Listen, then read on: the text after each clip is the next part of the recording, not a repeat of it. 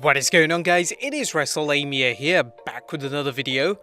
Now there's huge news in the wrestling world, both literally and figuratively, as the Big Show is now all elite. But after so many years and so much loyalty to WWE, why did he jump ship to AEW? Be sure to subscribe and hit that notification bell for daily wrestling videos, and follow us on Facebook for exclusive lists.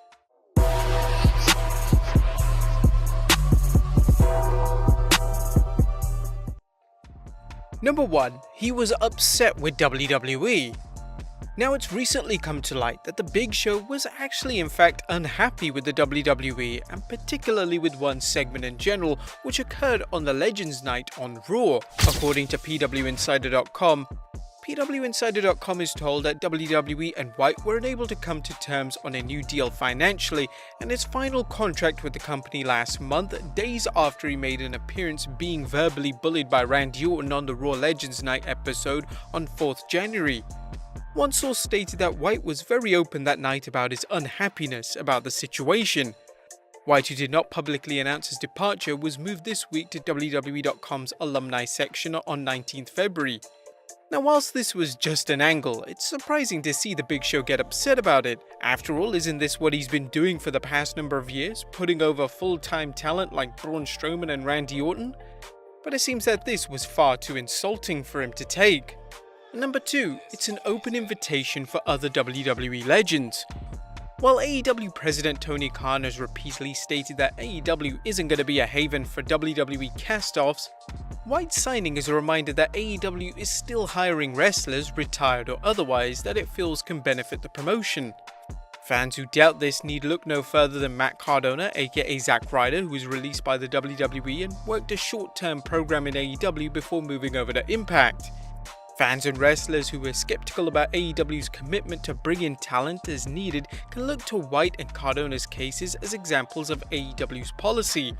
WrestleVotes put things into perspective in a recent tweet. "I don't have anything insider to add to the Paul White AEW signing news, except for the fact that the line of communication is open and all are listening to offers when it's time for new contracts." This news should hammer that home. Everyone listens. Everyone. Wrestlers mulling over a jump to AEW will now have another reason to think it over, as they realize an invite from AEW should be taken very seriously. Number 3, it's good publicity. There's no doubt that signing White away from the WWE is a big deal, as he's played a large supporting role in the company over the last year, helping to forward Randy Orton's Legend Killer storyline and Orton's feud with Drew McIntyre. It's not as if AEW signed a legend who has been on the sidelines for several years, such as, let's say, Mark Henry. White has been featured on WWE television as well as a short-lived Netflix series, The Big Show Show. The wrestling world is buzzing with news of the signing, and with good reason, as it's Paul White who has been signed, not WWE alumni like Hardcore Holly or Marty Jannetty. I'm not sure if AEW would ever be interested in Jannetty.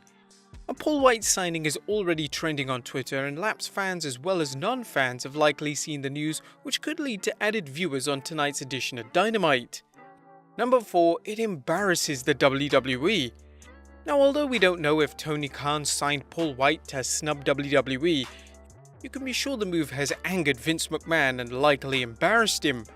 It's not like AEW signed one of WWE's biggest stars, that would be Jon Moxley and Chris Jericho in 2019, but White's signing is a reminder that there's another national promotion that's looking to carve out its place in the wrestling world, and that the WWE is no longer the only player on the block.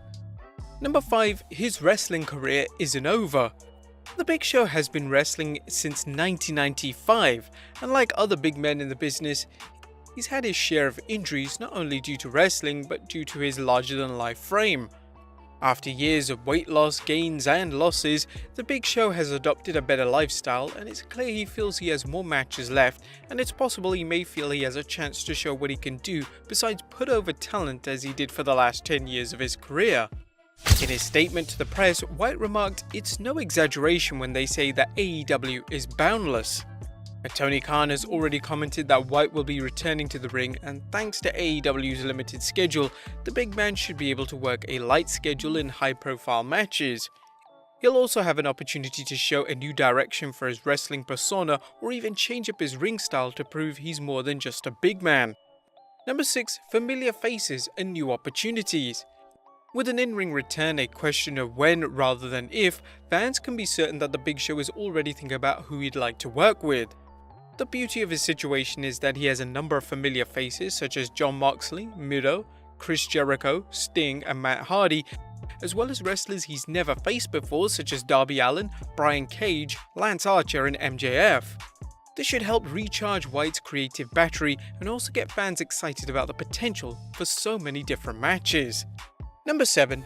The Shaq Show Dream Match. Shaquille O'Neal is scheduled to wrestle Cody Rhodes on the 3rd March Dynamite, a match that's been talked about for the last year, and which has fans eager to see how the NBA Great will do in his mixed tag match with Jade Cargill against Cody and Red Velvet. However, there's an even greater match to be had, and one the WWE dropped the ball on when it failed to book Shaq against The Big Show. The WWE had been teasing a match with The Big Show and Shaq throwing down in a segment on Raw and during Shaq's appearance at WrestleMania 32's Andre the Giant Memorial Battle Royal. Is this the place we'll finally see it happen? And number 8, he's a multi-purpose performer. Paul White brings more to the table than his decades in the ring and his enormous height. Throughout the years, White has shown charisma and an ability to make people laugh, whether it's him serving in comedy roles in the ring or media like television and film. While it remains to be seen whether or not White can deliver as an announcer, AEW will likely be delighted if he comes through as an ambassador, personality, and a wrestler.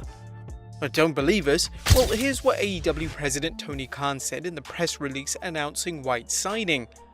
Paul is one of the most experienced stars in all of wrestling and he's eager to work with our diverse roster. He can benefit and guide our young talent with his membership, and his expert commentary on AEW Dark Elevation will educate and entertain our fans and also educate the younger wrestlers on the roster. Furthermore, Paul enters AEW as a licensed wrestler, and he's very much looking forward to studying our talent firsthand from the commentary desk in preparation for his return to the ring. Now, as you can see, there are a number of reasons why AEW signed Paul White, and while it remains to be seen whether his signing will live up to its potential, wrestling fans have every reason to be excited about the various possibilities created by this signing. Who could we even see next sign up with them? Well, let us know in the comments down below, subscribe if you haven't already, follow us on Instagram and Facebook for exclusive lists, and I'll see you next time with some more wrestling content.